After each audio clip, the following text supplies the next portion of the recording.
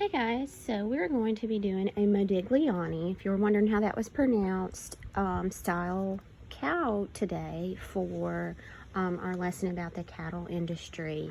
I did this a couple of times because I felt like it kept looking like a deer or some strange animal. But then I realized that's kind of the beauty of what Modigliani did. He gave us a different way of looking at things. So if yours doesn't end up quite looking like a cow, I think that's okay. But do notice that we have the hallmark feature of Modigliani, which is an elongated face and a very, very simple background. So I'm going to get started on this. The first thing I did was place my head so that I knew I kind of had just an overall good shape. It's kind of like a bean shape. If you feel more comfortable doing it in pencil, I understand. I'm doing color, that way you guys can just see it a little bit better.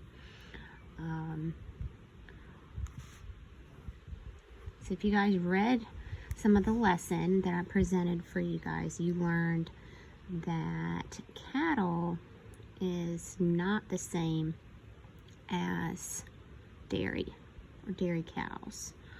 Our cattle industry in Mississippi produces a large amount of the beef and beef products, specifically in the South, but also nationally.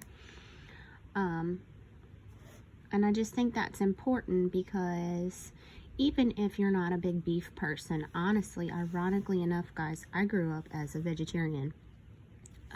Whatever your state does, its commodities, its industries, like we've talked about this year, are important to making money for our state. Obviously, we always want to have money as a state so we can fund things like our wonderful public schools. Okay, so you notice I'm taking a very simple approach to these legs. If you want to get a little more fancy, you're more than welcome to. But Modigliani really was about simple lines. So I feel like I did his belly a little too short, so I'm going to fix that, and I'm going to bring his belly down just a little bit. And this is kind of his little backside.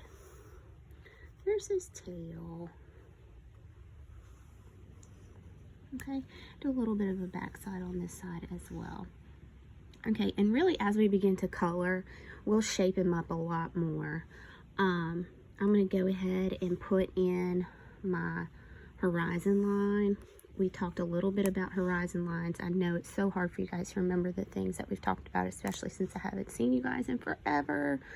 But a horizon line doesn't have to be right dab smack in the middle of your work. It can be a little bit lower. It can be a little bit higher, and you can have breaks in your horizon line. Okay, so there's my sun. This is going to be kind of like the gate of the barn. So we just got things kind of mapped out now. In the next video, I'm going to start coloring, and I'm going to show you how I'm going to fix that.